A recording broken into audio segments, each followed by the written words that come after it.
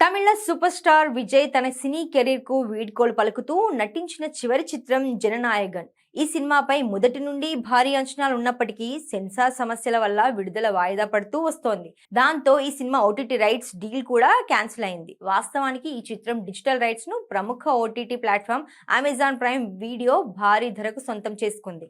అయితే ప్రకటించిన తేదీకి సినిమా విడుదల కాకపోవడంతో ఈ డీల్ రద్దయింది. కానీ తమిళనాడు రాజకీయాల్లో సంచలనం సృష్టిస్తూ విజయ్ ముఖ్యమంత్రిగా బాధ్యతలు చేపట్టడంతో జననాయగన్ ప్రాజెక్టుకు ఒక్కసారిగా గ్లోబల్ స్థాయిలో హైప్ పెరిగింది. ఒక రాష్ట్ర ముఖ్యమంత్రి ఆఖరి సినిమా కావడంతో దీని డిజిటల్ రైట్స్ కోసం మళ్లీ పోటీ మొదలైంది.